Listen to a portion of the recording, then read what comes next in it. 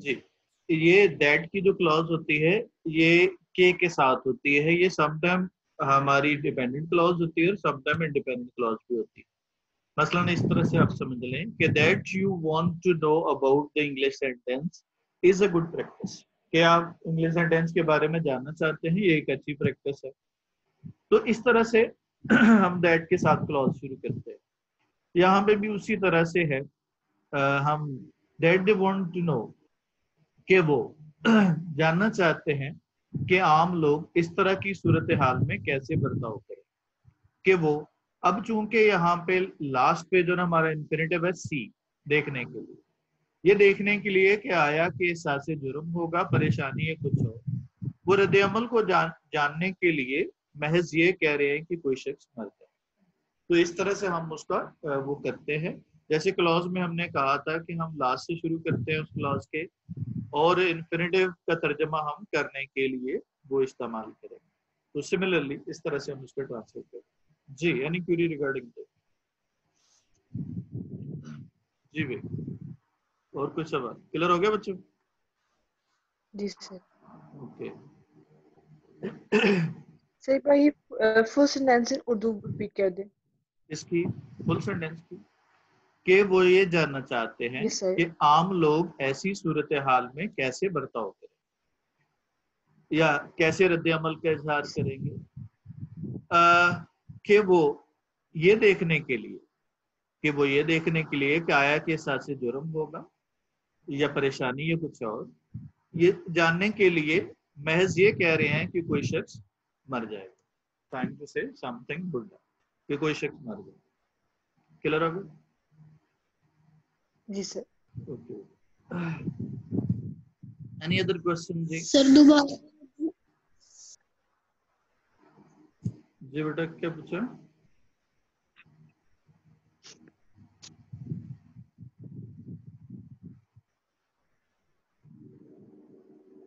Hello, was there any question from someone? I think so.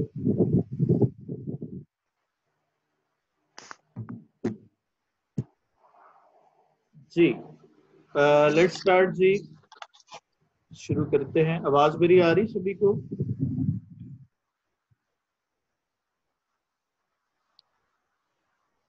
I think there is a connectivity problem. आपकी आवाज आ रही है मुझे सभी को? जी सर। या कोई गैप तो नहीं आ रहा बीच में? No sir.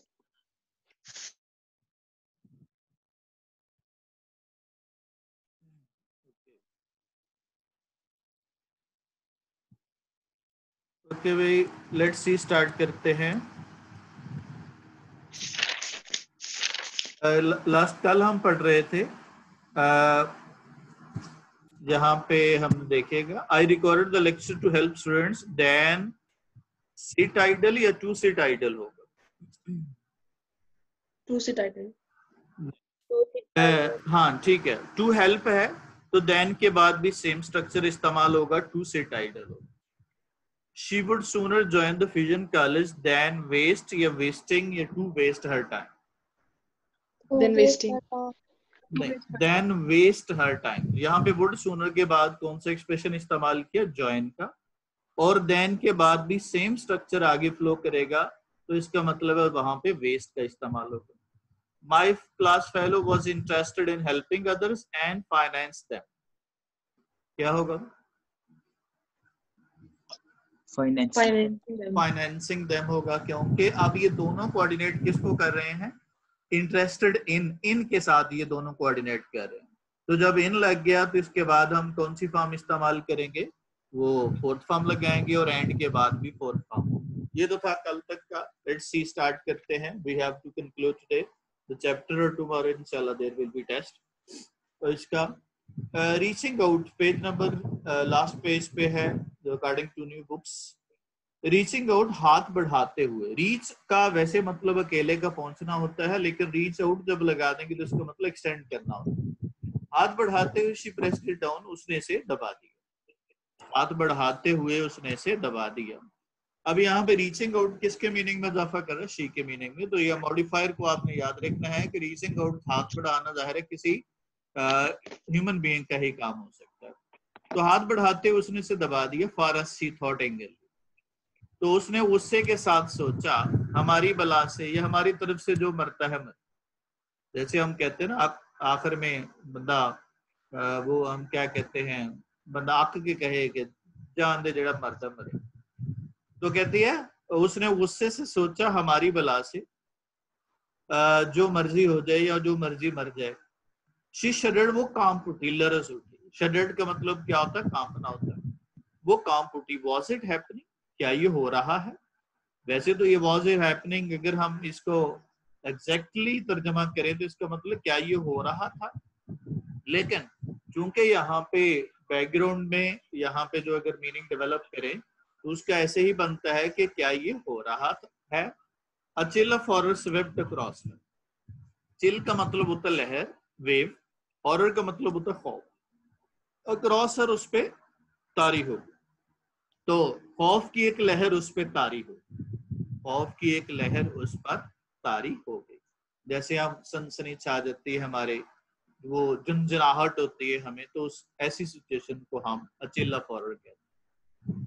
तो खौफ की एक लहर उस पे तारी हो गई। In a moment it had passed, एक लम्हे में ये गुजर गई। एक ही लम्हे में ये गुजर गई थी। इट हैड पास्ट, एक लम्हे में ये गुजर गई थी। शी मेड अ कंटेम्प्चुअस नॉइज, उसने हकारत अंगेज आवाज निकाली। कॉन्टेम्प्ट से निकला है कंटेम्प्चुअस। कंटेम्प्चुअस उसका एडजेक्टिव है, कॉन्टेम्प्ट जो है वो नाउन होता है। तो कंटेम्प्चुअस का मतलब क्या है? हकारत अंगेज, डिसलाइक, किसी चीज से डिटेस्ट करना, हेट करना, उसको हम कंटेम्प्चुअस कहते हैं। उसने हकारत अंगेज आवाज निकाली। रिडिकुलस शी था, उसने सोचा ये अहमकाना बात, या ये सारा मामला अहमकाना है। उसने सोचा ये अहमकाना बात है, ये सारा मामला अहमकाना। To get so worked up over nothing, एक फजूल चीज पे। अब ये देखें इन्फिनिटिव फ्रेज है, क्या है? To get so worked up over nothing, तो एक फजूल चीज पे इस कदर ज्यादा परेशानी। अब यहाँ पे देखें प्रेपोजिशन चेंज करने से आपका मीनिंग चेंज होता है। अगर वर्क के साथ आउट लगाएंगे तो इसका मतलब है कोई चीज प्लान करना होता है, कुछ चीज बनाना होता है। अगर वर्कड अप है तो ये यहाँ पे मुराद क्या है? परेशान होना है। जैसे आप जो जिसको हम कहते हैं काम करके या सोच के खप जाएं, तो उसके लिए हम यूज करते हैं वर्कड अप का। तो एक फजूल चीज पे इस कदर ज्यादा परेशानी उठाई गई। She threw the button unit, dome and key into the wastebasket. उसने, अब यहाँ पे सब्जेक्ट है, फिर हम इस क्लॉज के लास्ट पे चले जाएंगे तर्जमा करने के लिए। into the wastebasket, कूड़ेदान में। उसने कूड़ेदान में। अब आपका ऑब्जेक्ट क्या है? तीन चीजें हैं ऑब्जेक्ट में। कौन कौन सी हैं? बटन यूनिट है, डोम है और की है। तो पहले सब्जेक्ट, फिर प्रेडिकेट के लास्ट पे, फिर वापस ऑब्जेक्ट और फिर लास्ट पे वर्ब आ जाए। तो उसने कूड़ेदान में बटन वाला आला, मेहराबी शीशा और चाबी को फेंक दिया। थ्रू सेकंड फॉर्म है, थ्रू जो है throw, threw, thrown. Second form है। चूंकि जितनी भी नरेशन होती है, जैसे मैंने आपको पास्ट टेंस में एक्सप्लेन किया था, जितनी भी नरेशन होती है वो सारी की सारी पास्ट इंडेफिनिट में लिखी जाती है। तो उसने कूड़ेदान में बटन वाला आला, मेहराबी शीशा और चाबी को फेंका। And hurry to dress for work, hurried का मतलब होता है तेजी से जाना, हेसन करना, जल्दी करना। टू ड्रेस फॉर वर्क, काम पर जाने के लिए। अब जरा देखिएगा यहाँ पे हरी क्यों किया? टू ड्रेस, ड्रेस क्यों करना है? For work. तो लास्ट से वापस आना है, काम पर जाने के लिए, लिबास पहनने के लिए तेजी से चल पड़ी, और काम पे जाने के लिए, लिबास पहनने के लिए तेजी से चल पड़ी। She had just over supper stick, क्या होगा? उसने टर्न ओवर का मतलब होता है पलटना होता है। उसने अभी पलटे ही थे। सपर स्टिक, रात के खाने के लिए गोश्त के कतले, स्टिक्स कहते हैं पीसेस को। उसने अभी, अब लास्ट पे चले जाए, उसने अभी शाम के खाने के लिए गोश्त के कतले पलटे ही थे। व्हेन द टेलीफोन रैंग, जब टेलीफोन बज उठा। अभी उसने शाम के खाने में कतले, शाम के खाने के लिए कतले या गोश्त के टुकड़े पलटे ही थे, वो ज़ाहिर बेक कर रही होगी। जब टेलीफोन बज उठा, she picked up the receiver, उसने फोन उठाया। हेलो, हेलो आप कौन? यहाँ पे क्वेश्चन मार्क के साथ है, हेलो के बाद क्वेश्चन मार्क है। तो हेलो के बाद क्वेश्चन मार्क क्या इंडिकेट कर रहा है कि वो पूछ रहा है हेलो आप कौन? मिस लेविस, क्या आप मिस लेविस? ये मैंने पहले ही बता दिया था, क्वेश्चन मार्क आ जाए तो इसका मतलब क्या होता है। जैसे आपके दरवाजे पे कोई बंदा आए तो आप कहते हैं मिस्टर शफाकत, तो ये सवाली अंदाज से पूछते हैं, ये एहसान क्या बात है? This is larynx hill hospital, मैं लेनेक्स हिल हॉस्पिटल से बात कर रहा हूँ। अब बच्चों यहाँ पे देखिएगा, ये प्रॉपर नाउन है, एल कैपिटलाइज है, एच कैपिटलाइज और हॉस्पिटल कैपिटलाइज है, तो ये प्रॉपर नाउन है। इसको आप ये तर्जमा नहीं करने लग जाना कि पहाड़ी हॉस्पिटल है, तो ये इसका तर्जमा जो है ना वो प्रॉपर नाउन का तर्जमा एज इट इज होता है, जैसा वो। और इसका तर्जमा ये भी नहीं कहना कि ये लेनेक्स हिल हॉस्पिटल है, हॉस्पिटल बातें नहीं करता यहाँ पे। आप क्या है वो, उससे मुराद वो पर्सन है जो उसका एम्प्लॉय होगा। जैसे अगर मैं आपसे फोन पे अगर मैं कांटेक्ट कर रहा हूँ तो मैं कहता हूँ कि दिस इज प्रोफेसर लियाकत, या इस तरह से आप कोई भी आप कह सकते हैं कि दिस इज फ्यूजन कॉलेज, तो इसका मतलब ये नहीं है कि ये फ्यूजन कॉलेज बोलना शुरू हो गया, इसका मतलब है कि मैं उससे बोल रहा हूँ। तो इसके तर्जमा हम इस तरह से करेंगे कि मैं लेनेक्स हिल हॉस्पिटल से बात कर रहा हूँ। शी फेल्ट अनरियल, उसे यकीन ना आया। फेल्ट अनरियल, फेल्ट क्या है? महसूस करना है। अब ये सेंस वर्ब है, तो सेंस वर्ब के बाद अनरियल क्या लगाया? एडजेक्टिव इस्तेमाल किया। उसे यकीन आया as the voice informed her of the subway accident, जब उस शख्स की आवाज ने क्या होगा? ऑफ द सबवे एक्सीडेंट, जमीन दोज हादसे के बारे में खबर दी। उसे यकीन ना आया, एक क्लॉज है, उसे यकीन ना आया जो ही उस शख्स की आवाज ने उसे जेरे जमीन हादसे की खबर दी। मैंने पहले इंट्रोडक्शन में भी बताया था कि सबवे वहां पे चूंकि जेरे जमीन ट्रेनें चलती हैं, तो जेरे जमीन ट्रेनों के लिए वो वर्ड इस्तेमाल किया जाता है उस ट्रैक के लिए, उसको सबवे कहते हैं, यानी अंडरग्राउंड कह लें। उसने से जेरे जमीन हादसे के बारे में खबर दी। द शॉविंग क्राउड, धक्का पील करता हुआ हजूम। शॉविंग का मतलब होता है बहुत ज्यादा रश जगह पे हो, जब एक दूसरे के साथ जो ना लोग टकरा रहे हों, उसको हम शॉविंग कहते हैं। धक्का पील करते हजूम में Arthur pushed from the platform in front of the train. Arthur को, अब लास्ट पे चले जाए इस क्लॉज के, इन front of the train, train के सामने, फ्रॉम द प्लेटफॉर्म, क्योंकि फ्रॉम इन फ्रंट ऑफ, तो प्लेटफॉर्म से ट्रेन के सामने धक्का दे दिया, धक्का पील करते हुए। अब ये उसकी डिटेल बता रहा है, यहाँ पे देखें डैश लगा के वो उसको बात बीच में काट दी और आगे उसको एक्सप्लेन कर रहा है कि धक्का पील करते हुए हजूम में आर्थर को प्लेटफॉर्म से ट्रेन के सामने धक्का दे दिया गया। अब इस सेंटेंस में मिस्टेक बताएगा जी कोई? Anyone? was Arthur was pushed होगा, क्योंकि आर्थर ने धक्का दिया नहीं है, आर्थर को धक्का दिया है। तो आर्थर यहाँ पे एक्शन का परफॉर्मर नहीं है बल्कि एक्शन का रिसीवर है, पुशिंग के एक्शन का रिसीवर है। तो अगर वो एक्शन का रिसीवर होगा तो फिर हम वहां पे क्या यूज करेंगे? पैसिवाइज सेंटेंस इस्तेमाल करेंगे। और हमने कहा था पास्ट में पैसिवाइज में क्या यूज करते हैं? वॉज वर्ब के साथ थर्ड फॉर्म लगाते हैं। तो वर्ब का पास्ट पार्टिसिपल हमेशा थर्ड फॉर्म ही इस्तेमाल होगी जितने भी पैसिवाइज सेंटेंसेस हो। She was conscious of shaking her head. Conscious का मतलब होता है पता होना, अवेयर होना, पता होना, नोन होना। शेकिंग हर हेड, अपने हिलते हुए या हिलते हुए सर का। बट couldn't stop, पहले जरा एक क्लॉज, उसे पहले सब्जेक्ट का, फिर लास्ट पे चले जाए, शेकिंग हर हेड, उसे अपने हिलते हुए सर का या जुम्बश करते हुए सर के बारे का इल्म था, बट couldn't, वो लेकिन उसे रोक न सकी। This is a very filmic situation. You might have watched different movies. Whenever there is a bad news for the character, so she or he shakes her head for some time. नहीं, साथ में dialogue भी होता है, नहीं ये नहीं हो सकता, हाँ मुझे छोड़ के नहीं मर सकते। तो सिमिलर सिचुएशन इज देयर। क्या कहते हैं? हाँ, उसे अपने हिलते हुए सर के बारे में मालूम था लेकिन उसे रोक नहीं सका। ऐसे हंगम, जो ही उसने फोन बंद किया, हंग अप हमने कहा था डिस्कनेक्ट करना होता है। जो ही उसने फोन बंद किया, she remembered Arthur life insurance policy for $25,000 with double indemnity for. Insurance policy आपको पता है स्टेट लाइफ वाले करते हैं, तो ये जो क्या होगा, उसकी लाइफ इंश्योरेंस होती है जिसमें बंदे की एक्सीडेंटल डेथ की सूरत में उसको डबल, उसके लवाहिकीन को, उसके घर वालों को डबल अमाउंट मिलती है। और इंडेमनिटी कहते हैं जो बदले में मिले, जो किसी चीज के बदले में मिले उसको इंडेमनिटी कहते हैं। जैसे आपको कंपनसेशन के तौर पे चीज मिलती है तो उसको हम इंडेमनिटी कहते हैं। तो जो ही उसने फोन बंद किया, उसे अब जरा इस क्लॉज के लास्ट से शुरू करना है, विद डबल इंडेमनिटी फॉर, दुगने मुआवजे के साथ आर्थर की 25,000 की बीमा पॉलिसी याद है। रिमेंबर का मतलब याद करना होता है। जो ही उसने फोन बंद किया उसे क्या होगा, दुगने मुआवजे के साथ आर्थर की 25,000 की बीमा पॉलिसी याद है। क्लियर हो गया बच्चों? चलें जी,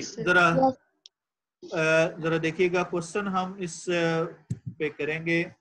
हमने आज कंक्लूड करना है चैप्टर को। Why was the offer attractive for Norma? नोमा के लिए अट्रैक्टिव क्यों थी? अब जरा अट्रैक्टिव पे सवाल करें, कौन अट्रैक्टिव था? ऑफर। तो क्या बनेगा, इंफॉर्मेशन पास किए तो क्या लिखेंगे?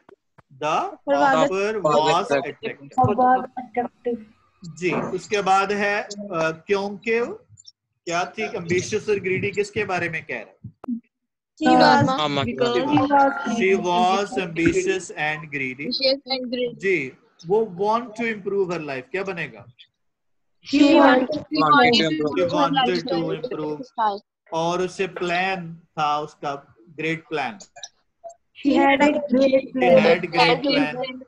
क्योंकि अगर जी बेटा सिर्फ मेन वर्ड पे आपने बोलना है, क्योंकि बाकी फिर लंबा हो जाएगा, वो सिर्फ हिंट के लिए है।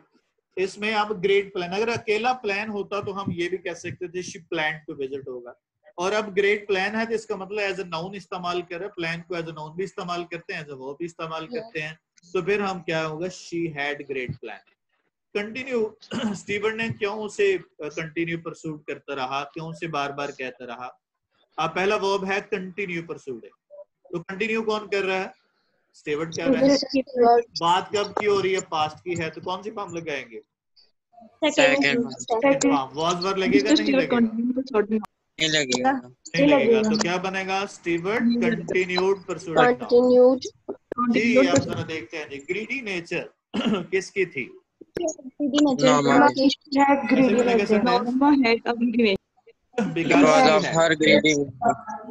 of her greedy nature भी हो सकता है, because she had greedy nature भी हो सकता है, लेकिन she was greedy nature नहीं होगा, क्योंकि नेचर क्या है, नाउन है, और हम यहाँ पे नाउन के साथ मैंने कहा था हेड का इस्तेमाल करते हैं। जी, एम्बिशियस थी और हाई एम्स थी। अब यहाँ पे देखिएगा दो तरह के आपके पास देखिएगा, जैसे मैंने पहले बताया दो तरह के वर्ड है, एम्बिशियस एडजेक्टिव है और एम जो है वो आपका नाउन है। तो ऐसी सूरत में हमने क्या लगाएंगे, she was ambitious and had high aim, तो क्योंकि जब नाउन आ जाए तो उसके साथ हैड का इस्तेमाल करें। जी, वो चेंज करना चाहती थी, कमान क्या बनेगा? वांटेड होगा, सिर्फ आप पहला वर्ड बोल रहे हैं, शी वांटेड हो जाएगा, बाकी तो सेम लिखा हुआ है। और फाइंड हर, किसने फाइंड किया उसे? जी,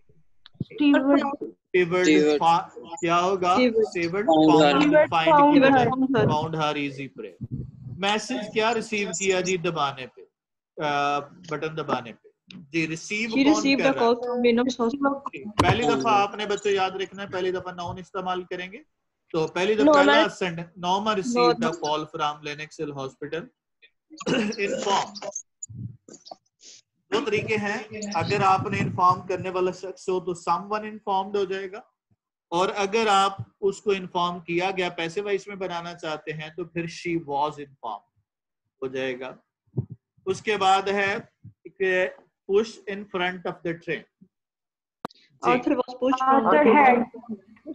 had Arthur had been pushed up, जब इन्फॉर्म किया उस वक्त तो उसको धक्का दिया गया या उससे पहले धक्का दिया गया? उससे पहले। उससे पहले। तो ये पास्ट में कौन सा टेंस है? इन्फॉर्म का। और पुशिंग का एक्शन कब हुआ? उससे भी पहले हुआ। तो ये फिर कौन सा टेंस हो जाएगा? परफेक्ट टेंस हो जाएगा। मैंने बताया था पास्ट के किसी पॉइंट ऑफ रेफरेंस से पहले को एक्शन हो जाए तो उसको हम परफेक्ट टेंस कहते हैं। तो क्या होगा? That steward had been pushed in front of the train. Clear हो गया बच्चों? चलें Yes. अब जरा देखिएगा, आगे देखिएगा। नो, नहीं, ये नहीं हो सकता। She couldn't seem to breathe. उसे अपनी सांस रुकती हुई महसूस हुई। उसे अपनी सांस रुकती हुई महसूस हुई। She struggled to her feet. वो बड़ी मुश्किल से अपने पांव पे खड़ी हुई। ये स्ट्रगल का मतलब बड़े कोशिश करके नहीं, बंदा बड़ी मुश्किल से उठ रहा हो, जोर लगा के, उसको हम कहते हैं स्ट्रगल टू दैट। वो बड़ी मुश्किल से अपने पांव पे खड़ी हुई। वॉकड इनटू द किचन नमली, और बेहिसी की या मदहोशी के आलम में बावर्ची खाने में। नमली का मतलब होता है सेंसलेसली। जैसे बंदे ने, आपने वो नहीं होता वो चरसी नहीं देखा आपने कभी? चरस पी हो तो वो कैसे कहते हैं? वो चल रहे होते हैं, उसी को हम क्या कहते हैं? वो उस सिचुएशन को हम नमली कहते हैं, यानी मदहोशी के आलम में। वो उसने बड़ी मुश्किल से अपने पांव पे खड़ी हुई और बावर्ची खाने में और क्या होगा? मदहोशी के आलम में या बेहिसी के आलम में बावर्ची खाने में गई या पैदल गई।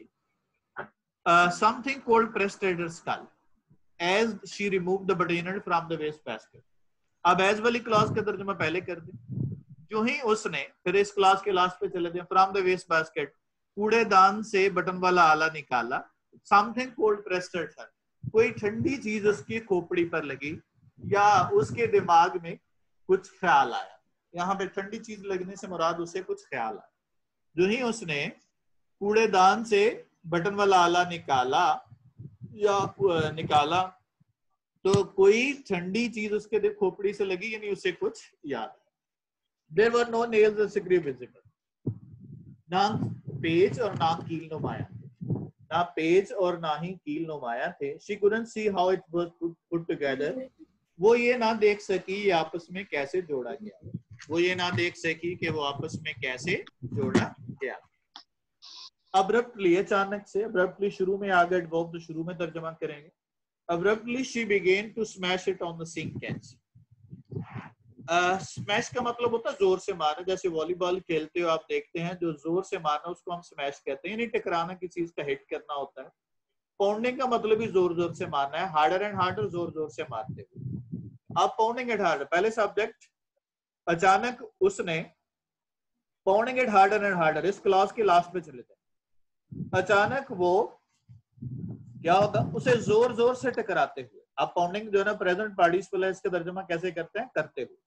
अचानक उसने इसे जोर जोर से टकराते हुए सिंक के किनारे पे मारना शुरू कर दिया। क्या होगा? अचानक उसने क्या होगा? इसे जोर जोर से टकराते हुए सिंक के किनारे पे मारना शुरू कर दिया। बेसिकली दो वर्ड हैं, स्मैश और पाउंड, दोनों का मतलब जो है ना वो मारना है, हिट करना होता है। अचानक उसने क्या होगा? या अचानक वो इसे जोर जोर से टकराते हुए सिंक के किनारे पर या बेसन के किनारे पे तब तक मारती रही until the wood separate, जब तक कि लकड़ी टूट ना। until वाले या unless वाले सेंटेंस में हमने जब तक का वर्ड इस्तेमाल करते हैं। मैं दोबारा से कह रहा हूं, अचानक वो या उसने क्या जोर जोर से टकराते हुए इसे सिंक के किनारे पे मारना शुरू कर दिया जब तक कि लकड़ी टूट ना। क्लियर हो गया बच्चों ये वाला सेंटेंस? और क्लियर हो गया? ये अक्सर जो ना हेल्पिंग बुक्स में इसको गलत तरीके से जो ना इसको ट्रांसलेट किया है, ध्यान से सुनना है। अचानक उसने क्या होगा? उसे जोर जोर से टकराते हुए सिंक के किनारे पर या बेसन के किनारे पे मारना शुरू कर दिया जब तक, यहाँ तक कि लकड़ी टूट गई है, जब तक कि लकड़ी टूटना है। अंटिल वाली क्लॉज में याद रखना है नेगेटिव सेंटेंस नहीं लगाते, ये हमेशा पॉजिटिव होता है। क्योंकि उर्दू में हम ये सेंटेंस जब बनाते हैं तो उसमें हम नेगेटिव सेंटेंस इस्तेमाल करते हैं। मैं तब तक आपका इंतजार करूंगा जब तक आप आ नहीं जाते।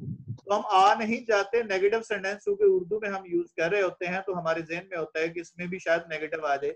याद रखना अंटिल और अनलेस वाली क्लॉजेस में कभी भी नेगेटिव सेंटेंस इस्तेमाल नहीं करेंगे। आगे हम पढ़ते हैं। She pulled aside apart, उसने खींच कर अलग किया। ये pulled apart है, ये दोनों को मिला के पढ़ेंगे। pulled apart का मतलब अलग कर देना। Cutting her fingers, अपनी उंगलियों को जख्मी करते हुए, विदाउट नोटिसिंग, बगैर ध्यान दिए या बेध्यानी। उसने बगैर ध्यान दिए अपनी उंगलियों को जख्मी करते हुए दोनों तरफ को खींचकर अलग कर दिया। उसने बेध्यानी में अपनी उंगलियों को या बेख्याली में अपनी उंगलियों को जख्मी करते हुए दोनों तरफ को खींचकर अलग कर दिया। जैसे कुछ चीज टूटी हो और दरमियान में कुछ स्पेस हो, तो अगर हम दोनों को अलग कर दें तो वहां पे हम क्या, उस खींच के अलग करने को हम क्या कहते हैं, पुल्ड अपार्ट। उसने अपनी उंगलियों को बेध्यानी में अपनी उंगलियों को जख्मी करते हुए दोनों तरफ को खींचकर अलग कर दिया। There were no transistor in the box, no wires and tubes. तो क्या होगा, देर का चूंकि शुरू में देर आ जाए तो हमने कहा था कि इसका तर्जमा नहीं करते, क्योंकि देर जो है वो सिर्फ और सिर्फ किस लिए होता है, किसी नोट को पॉइंट आउट करने के लिए, इंडिकेट करने के लिए, तो इसका तर्जमा नहीं करते हम। तो क्या होगा, डिब्बे के अंदर ना ट्रांजिस्टर, ना तारें और ना ट्यूबें। डिब्बे के अंदर ना ट्रांजिस्टर, ना तारें और ना ट्यूबें थी। आपको पता है जब भी कोई सर्किट बनता है तो ये सारी चीजें उसके अंदर होनी चाहिए। आज पहले जमाने में ट्यूब्स इस्तेमाल होती थी, आजकल जो है ना उसकी जगह आईसी इस्तेमाल होते हैं। ये आईसी टेक्नोलॉजी आने से वो चिप जो है ना वो सिस्टम डेवलप हुआ, और पहले ट्यूब्स होती थी। इसीलिए आपको याद हो, आपने पढ़ते थे बचपन में कि जो पहला कंप्यूटर बना वो पूरे रूम जितना बड़ा था, और उसकी कूलिंग के लिए बहुत ज्यादा जो ना वो बड़ा एयर कंडीशनिंग सिस्टम चाहिए होता है। द बॉक्स वाज एम्प्टी, डिब्बा खाली था। शी वर्ल्ड, वो घूमी। वर्ल्ड का मतलब होता है रोटेट करना, घूमना, गैस हांफते हुए, सांस फूले हुए। एज द टेलीफोन रैंग, जब टेलीफोन की घंटी बजी। तो आपने एज वाली क्लॉज में जो ना वो वहां से शुरू करें। जो ही टेलीफोन की घंटी बजी, वो हांफते हुए घूमी या मुड़ी। वो हांफते हुए मुड़ी या घूमी, जैसे सांस फूले हुए। Stumbling into the living room, दीवान खाने में लड़खड़ाते हुए, वो दीवान खाने की तरफ लड़खड़ाते हुए जाकर she picked up the receiver, उसने फोन उठाया। स्टम्बलिंग का मतलब लड़खड़ाना होता है। दीवान खाने की तरफ लड़खड़ाते हुए उसने फोन उठाया। दीवान खाने की तरफ लड़खड़ाते हुए जाकर उसने फोन उठाया। अब स्टम्बलिंग इनटू लिविंग रूम कौन कर रही है, शी कर रही है। तो ये मॉडिफायर जो है वो किसके साथ कोऑर्डिनेट कर रहा है, शी के साथ कर रहा है। तो ये उसके साथ जो है वो स्टम्बलिंग, जाहिर है वो कौन कर सकता है, तो पर्सन ही करेगा। तो दीवान खाने में लड़खड़ाते हुए जाकर उसने फोन उठाया। मिसेस लेविस, क्या मिसेस लेविस है? स्टीवर्ड ने पूछा। स्टीवर्ड ने पूछा क्या मिसेस लेविस है? It was not her voice shrieking so, it was not her voice. इस कदर चीखती चिल्लाती आवाज उसकी नहीं थी, या इसकी चीखती चिल्लाती आवाज उसकी नहीं हो सकती थी। इस कदर चीखती चिल्लाती आवाज उसकी नहीं हो सकती थी। You said I wouldn't know the one that died. तुमने कहा था कि मैं उस शख्स को नहीं जानती होगी जो मर जाएगा। तुमने कहा था मैं उस शख्स को नहीं जानती होगी जो मर जाएगा। अब यहाँ पे मर जाएगा, अब देखिए जरा गौर करें तो ये फ्यूचर टेंस है, फ्यूचर इन पास्ट। लेकिन चूंकि ये क्यों डाइड इस्तेमाल किया, क्योंकि इसकी मेन क्लॉज वुडंट नो के साथ है, तो ये सेकंड कंडीशन इस्तेमाल हुई है। आई वुडंट नो जो है वुड पास्ट में है, और इसी तरह से आपकी डिपेंडेंट क्लॉज डाइड भी पास्ट में है। तो इस तरह से ये इसका सेंस बनता है।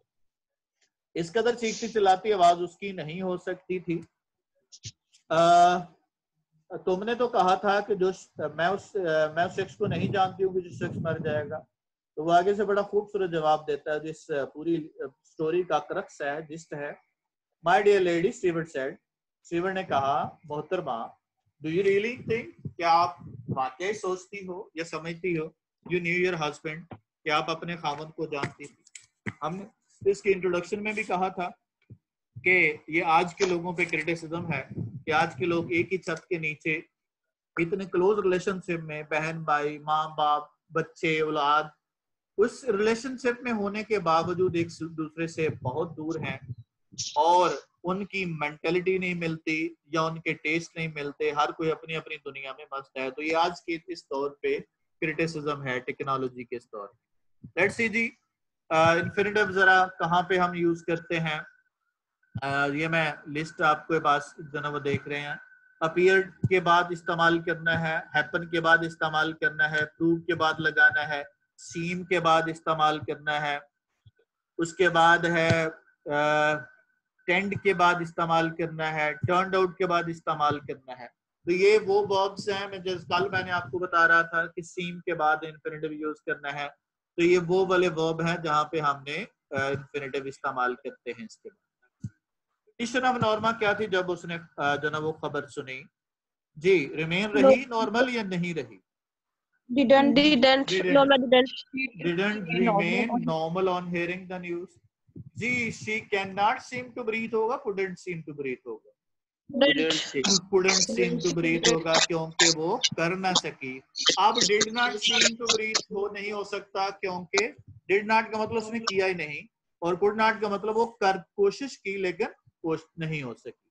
shocked और confused adjective है, तो क्या होगा? Was. She was shocked and He was confused. confused. जी, उसने फील किया। जी, फील करने वाला मौजूद है तो कौन सी फॉर्म लगाएंगे हम? सेकंड फॉर्म क्या बनेगा? She felt the whole matter unreal. जी, उसके बाद वॉकिंग नमली, मैंने बताया था आपको सीन बयान करना है आपने किसी जगह का, तो वहां पे आप क्या यूज करते हैं? वॉज वर्ब का इस्तेमाल करते हैं। She was walking numbly. Importance of Arthur life insurance policy क्या है? जी, कौन है सिग्निफिकेंट? प्रेजेंट में सवाल पूछा है, प्रेजेंट में जवाब देंगे। कौन है significant? Life insurance policy is significant because कौन गेट करती है डबल इंडेमनिटी? गेट्स होगा क्योंकि प्रेजेंट टेंस पे है तो फॉर्म लगानी है, और उसके बाद है वो रिवॉर्ड हासिल नहीं करती, तो क्या होगा? She does not get any reward होगा। उसके बाद है जी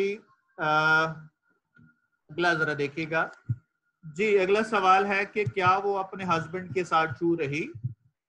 रही Norma कि didn't remain true to her. Didn't remain होगा क्योंकि नेगेटिव में हमने क्या लगाते हैं? डिड नॉट का इस्तेमाल करते हैं। उसके बाद उसने डिसोबे किया, क्या होगा? He disobeyed her. Disobeyed and accepted होगा।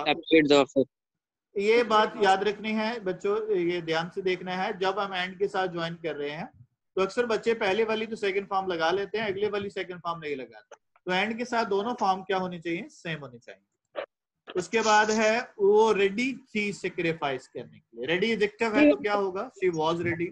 End of the end of the story क्या है? सब्जेक्ट आपका यहाँ पे क्या है? एंड है, तो क्या होगा? The ambiguous and dramatic. Dramatic, और क्यों? Because it ends in mysterious death of art. उसके बाद है जी मॉरल लेसन है। What is the moral lesson of the story? जी, ये चूंकि मॉरल लेसन जितने भी होते हैं किस टेंस में लिखे जाते हैं? प्रेजेंट इंडेफिनिट में। दो टेंस मैंने आपको पढ़ा दिए हैं। मजीद अगर किसी को समझ ना आए तो यूट्यूब पे मेरे नाम से प्रोफेसर लियाकत अली मोहसिन के नाम से यूट्यूब चैनल है, वहां से आप वो लेक्चर जो है वो देख सकते हैं। वो पूरा तरीकेकार आपने उसको समझना है। सेंटेंस बनाने का वो तरीकेकार दो टेंसेस में, पास्ट इंडेफिनिट और प्रेजेंट इंडेफिनिट, इस तरह से सारे पार्ट्स ऑफ स्पीच के लेक्चर हम साथ साथ करेंगे और उसको हम यूज भी करेंगे और उसका हम लेक्चर भी इस तरह से अपलोड कर देंगे जैसे अभी आपको आपके व्हाट्सएप ग्रुप्स में आ रहे हैं। जी, कौन टीच करता है हमें moral lesson? The story teaches. The story. ये स्पेसिफिक स्टोरी है जिसकी हम बात कर रहे हैं, तो द स्टोरी है। और प्रेजेंट में क्या यूज करेंगे? Teaches us. और अर्ज करती है। एक बार बार स्टोरी नहीं लगाएंगे, अगली दफा प्रोनाउन क्या लगाएंगे उसकी जगह पे? इट urges us. Urges us. और फिर टीच करती है। इट टीचेस अस टू, या वी शुड रिफ्रेन या to refrain from doing evil with others. ठीक हो गया जी। ये तो आपका था लेक्चर। कल आपका जी टेस्ट होगा। इसमें आपके जो शामिल होगा वो आपने क्वेश्चन आंसर होंगे, उसके अलावा ट्रांसलेशन का एक पैराग्राफ होगा, और उसके अलावा एमसीक्यूज होंगे और ग्रामर के एमसीक्यूज होंगे। ये सारा आपका टेस्ट होगा। और आपने जो है ना वो उसमें ये ग्रुप में मैं कल एक ग्रुप आज बना दूंगा, वो अलहदा से ग्रुप्स टेस्ट शेयर करने के लिए होगा। जिस ग्रुप में आप, जिस तरह से आपके पहले 2 ग्रुप्स हैं, वो आप चूंकि इसमें लिंक शेयर करें तो फिर आपको वो आप पेपर भी सेंड किए होते हैं, तो कई बच्चों को लिंक्स नहीं मिलता। तो ऐसी सूरत में हम ये है कि एक अलहदा से ग्रुप बना देंगे, 2 ग्रुप बना देंगे गर्ल्स और बॉयज का, जिसमें आपके पेपर जो है ना आप शेयर कर सकेंगे। तो जो टीचर होंगे वो पेपर आपके रिस्पॉन्ड करेंगे और हम देखेंगे उस पेपर को कि हम उसको आप जो ना शेयर करके इस स्लाइड पे हम उसकी कॉमन चंद एक पेपर लेके आपको वो हम बताएंगे कि कौन कौन सी गलतियां हैं इसमें। कुछ पेपर लेके हम जिसमें गलतियां होंगी ज्यादा, हम उन पेपर्स को इसी तरह से स्क्रीन शेयर करके वो आपको मैं उस पर डिस्कस करेंगे हम। ठीक हो गया बच्चों? तो नेक्स्ट क्लास कल हमारा टेस्ट होगा और परसों हमारी उस पेपर की डिस्कशन होगी। मैं जल्दी जल्दी से चंद पेपर जो है ना वो व्हाट्सएप से ग्रुप से निकाल के उनके साथ शेयर करूंगा। क्लियर हो गया बच्चों? जी बेटा। सिलेबस रिपीट कर। सिलेबस में रिपीट कर रहा हूँ। चैप्टर नंबर 1, इसमें से होंगे एमसीक्यूज, वो एमसीक्यूज सिनोनिम भी होंगे और उसके बाद ग्रामर भी होगी, और उसके बाद जो डिस्क्रिप्टिव या सब्जेक्टिव पोर्शन होगा उसमें आपके होंगे सब्जेक्टिव पोर्शन में क्वेश्चन आंसर्स होंगे, और क्वेश्चन आंसर के अलावा हमारे उसमें ट्रांसलेशन का एक पैराग्राफ होगा। पंक्चुएशन में अभी नहीं देता क्योंकि पंक्चुएशन को हमने पहले पढ़ेंगे एक दफा, फिर हम उसके बाद उसको इंक्लूड करेंगे आपके टेस्ट। क्लियर हो गया? सर ग्रामर में पास्ट एंड प्रेजेंट भी होगा? नहीं, वो उसमें ग्रामर में आ रहा है ना वो सारी चीजें, तो उसमें होंगी, अलग से नहीं होगा, इस तरह से कोई नहीं होगा। सर जी भाई। सर क्वेश्चन आंसर एक्सरसाइज से आएंगे? क्वेश्चन आंसर कहीं से भी हो सकता है, एक्सरसाइज से भी और उससे हट के भी। आपने प्रैक्टिस करनी है, ये प्रैक्टिस करवाने का, सेंटेंस बनवाने का मकसद यही है ताकि आप उसको समझें और इसको करें। क्लियर होगा? Excuse me sir, D range जो हम पढ़ चुके हैं उसका भी स्टैंडर्ड आएगा क्या? डी रेंज जो हम पढ़ चुके हैं उसका स्टैंडर्ड भी आएगा? नहीं, वो लेदर से पोएम के टेस्ट लेदर से लेंगे। ये आज सर्विस चैप्टर का कल जो ना होगा। The another question. Time is about to end. Be quick. Ji. Sir, what is a stative verb? Stative? मैंने बताया था कि जब उसके फंक्शन के एतबार से हम अलग करते हैं तो एक्शन और स्टेटिव वर्ब हम जो किसी स्टेट को बयान कर रहे हैं। जैसे आप बैठे हुए हैं तो ये आपकी स्टेट, आपका एक्शन नहीं है। आप लेटे हुए हैं तो ये स्टेट है, तो ऐसे वर्ब्स को हम स्टेटिव वर्ब। सर कल क्लास होगी? उसमें हम टेस्ट होगा जी उस क्लास में, देख लें आप।